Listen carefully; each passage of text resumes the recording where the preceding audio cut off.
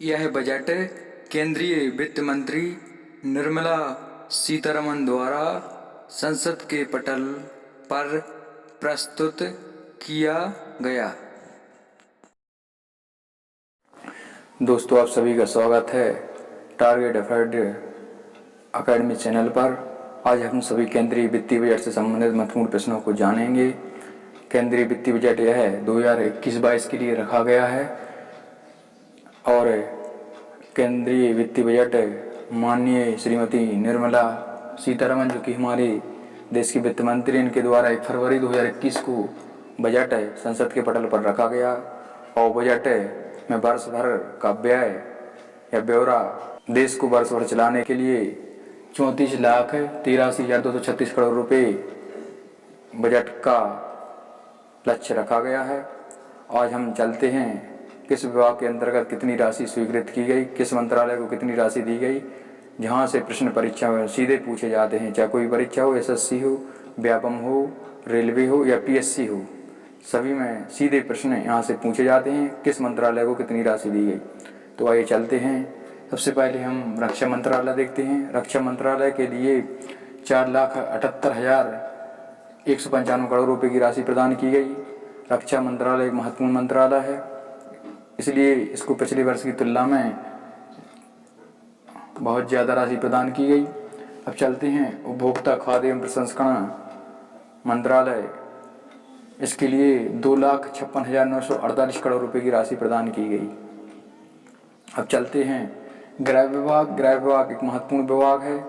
इसके अंतर्गत सभी केंद्रीय सेनाएं, चाहे बीएसएफ हो, एसएफ हो, सीआईएसएफ हो, सभी इसके अंतर्गत कार्य करती हैं। तो इसके लिए 1,66,548 करोड़ रुपए की राशि प्रदान की गई। अब चलते हैं हम ग्रामीण विकास मंत्रालय की ओर। ग्रामीण विकास मंत्रालय का मुख्य उद्देश्य ग्रामीण स्तर को सुधारना होता है। तो ग्रामीण विकास मंत्रालय के लिए 1,33,689 करोड़ रुपए की राशि प्रदान की गई। अब चलते हैं हम सड़क परिवहन मंत्रालय की ओर। सड़क परिवहन मंत्रालय के लिए 1,18,010 करोड़ रुपए की राशि प्रदान की गई और वर्तमान में सड़क परिवहन एवं राज्य मंत्री नितिन गडकरी जी हैं। अब चलते हैं रेल मंत्रालय की ओर। रेल मंत्रालय एक महत्वपूर्ण मंत्रालय है जो हमारे देश की अर्थव्यवस्था का मुख्य आधार है। देश की जीडीपी को रेल मंत्रालय बहुत ही पूर्ण योगदान प्रदान करता है। रेल मंत्रालय के लिए 1,10,54 करोड़ रुपए की राशि प्रदान की गई। वर्तमान में हमारे देश के रेल मंत्री अश्विनी वैष्णव जी है। चलते हैं शिक्षा विभाग की ओर। शिक्षा विभाग के लिए 93,224 करोड़ रुपए की राशि प्रदान की गई। अब चलते हैं कृषि एवं किसान कल्याण मंत्रालय। कृषि एवं किसान कल्याण मंत्रालय के लिए 1,31,531 करोड़ रुपए की राशि प्रदान की गई ताकि हरित क्रांति के माध्यम से विभिन्न प्रकार की खेती को बढ़ावा मिल सके, खेती में तरक्की हो सके। इसके लिए 1,31,531 करोड़ रुपए की राशि स्वीकृत की गई। अब चलते हैं आवास एवं शहरी क्षेत्रों में कुटीर के निर्माण के लिए 54,581 करोड़ रुपए की राशि प्रदान की गई। अब चलते हैं स्वास्थ्य परिवार कल्याण मंत्रालय के लिए। स्वास्थ्य मंत्रालय के लिए 73,931 करोड़ रुपए की राशि प्रदान की गई। और हम जानते हैं कुछ महत्वपूर्ण योजनाओं के बारे में, जैसे मनरेगा एक महत्वपूर्ण योजना है, इसके लिए 73,000 करोड़ रुपए की राशि प्रदान की गई। पीएम किसान सम्मान निधि योजना, जिसके तहत प्रत्येक वर्ष 6,000 रुपए की राशि प्रदान की जाती है, इसके लिए 65,000 करोड़ रुपए की राशि बजट में आवंटित की गई। शिक्षा मिशन के अंतर्गत शिक्षा में बेहतर सुधार लाने के लिए 34,300 करोड़ रुपए की राशि प्रदान की गई। स्वास्थ्य मिशन के अंतर्गत 37,130 करोड़ रुपए की राशि प्रदान की गई। आयुष्मान मिशन, इसका उद्देश्य गरीब निसहाय लोगों को स्वास्थ्य संबंधी उपलब्धता करवाना, इसके लिए 64 करोड़ रुपए की राशि प्रदान की गई। आवास योजना ग्रामीण क्षेत्रों में कुटीर उद्योग के लिए 27,500 करोड़ रुपए की राशि प्रदान की गई। प्रधानमंत्री ग्राम सड़क योजना, जिसका मुख्य उद्देश्य ग्रामीण क्षेत्रों को शहरी क्षेत्रों से जोड़ना होता है, इसके लिए 15,000 करोड़ रुपए की राशि प्रदान की गई। फसल बीमा योजना के लिए 16,000 करोड़ रुपए की राशि प्रदान की गई। जल जीवन योजना, इसके लिए 50,011 करोड़ रुपए की राशि प्रदान की गई, जिसका उद्देश्य हर घर नल योजना है, हर घर तक नल को पहुंचाना है। इसके लिए 2024 तक 286 करोड़ घरों को चिन्हित किया गया है। चलते हैं अगली महत्वपूर्ण योजना की तरफ। अगली महत्वपूर्ण योजना है स्वच्छ शहरी योजना, जिसका उद्देश्य शहरों को साफ स्वच्छ बनाना है, शहरों को साफ स्वच्छ करना है। इसके तहत सरकार विभिन्न शहरों में स्वच्छता हेतु विशेष कदम उठा रही है। इसके लिए स्वच्छ शहरी के लिए 23 करोड़ रुपए की राशि स्वीकृत की गई है। अब हम चलते हैं स्वच्छ ग्रामीण योजना की तरफ, जिसका उद्देश्य ग्रामीण स्तर को सुधारना है, ग्रामीण क्षेत्रों में सुधार कार्य करना है, ग्रामीण स्तर पर स्वच्छता बनाए रखना है, जो कि गांधी जी का सपना था, स्वच्छ भारत स्वस्थ भारत, स्वच्छ ग्राम स्वस्थ भारत। और गांधी जी ने एक आदर्श ग्राम की कल्पना जो की थी, उसी के तहत यह राशि प्रदान की जाती है। तो स्वच्छ ग्रामीण योजना के अंतर्गत 9,964 करोड़ रुपए की राशि ग्रामीण क्षेत्रों को प्रदान की जाती है। अब चलते हैं अगली योजना स्कूल मिड डे अभियान।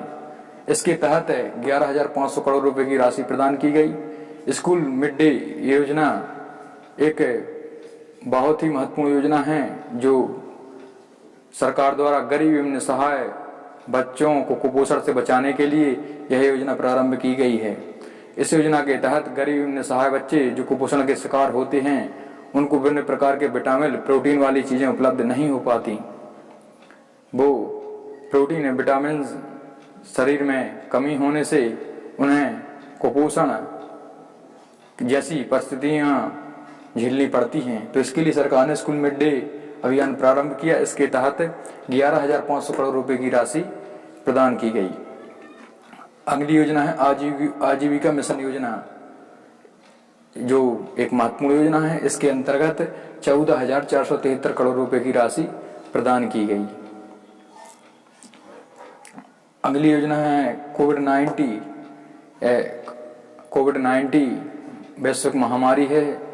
जैसा कि हम सभी जानते हैं, पिछले 2 वर्षों से यह बीमारी संपूर्ण विश्व जगत में फैली हुई है। इस बीमारी ने संपूर्ण विश्व को तहस नहस करके रखा हुआ था।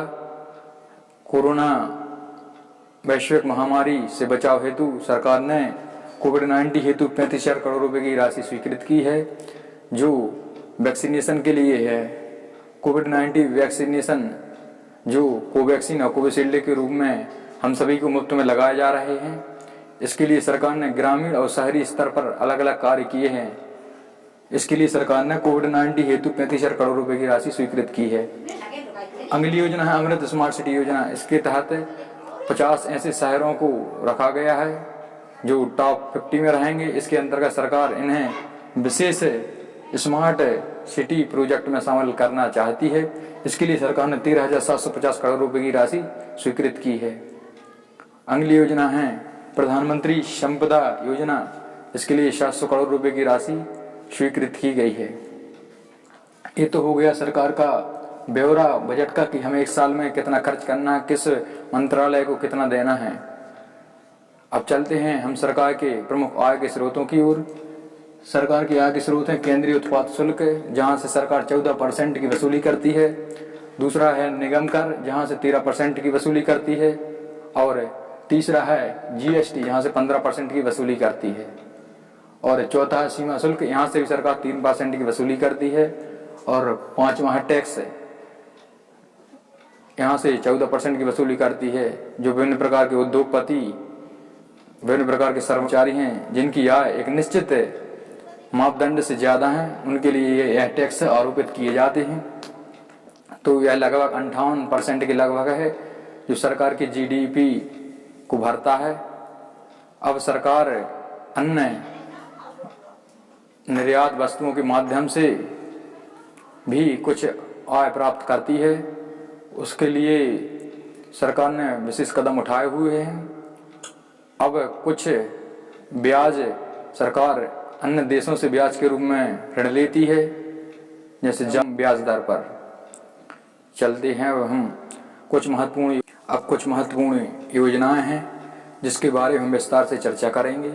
जैसा कि पहली योजना है जो यह मनरेगा योजना है। मनरेगा योजना सरकार द्वारा चलाई जा रही वह योजना है जिसके माध्यम से गरीब एवं निसहाय लोगों को मजदूरी प्राप्त हो सके, अपने ग्रामीण क्षेत्रों में रहकर ही वह रोजगार पा सकें, ताकि ग्रामीण लोगों का शहर की ओर पलायन रुक सके।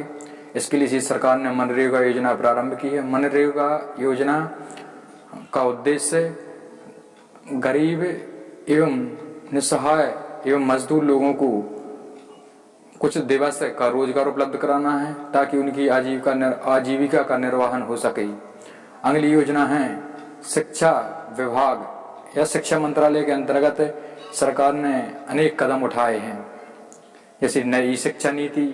पहली शिक्षा नीति 1986 में जोड़ी गई थी। यह दूसरी नई शिक्षा नीति है जो 5+3+3+ के रूप में सरकार ने अभिलक्षित की है, जिसका उद्देश्य शिक्षा को बेहतर बनाना, शिक्षा की गुणवत्ता में सुधार करना, शिक्षा में नए नए आयामों को जोड़ना है।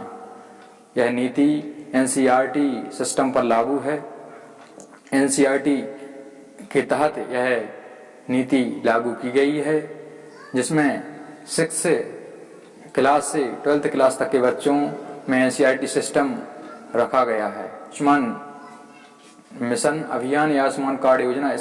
आयुष्मान मिशन अभियान के तहत जो लोग गंभीर बीमारी से ग्रसित हैं उनके निःशुल्क इलाज की व्यवस्था आयुष्मान कार्ड योजना के माध्यम से सरकार द्वारा पूर्ण की जाती है। तो आपको वीडियो कैसा लगा कमेंट में बताएं।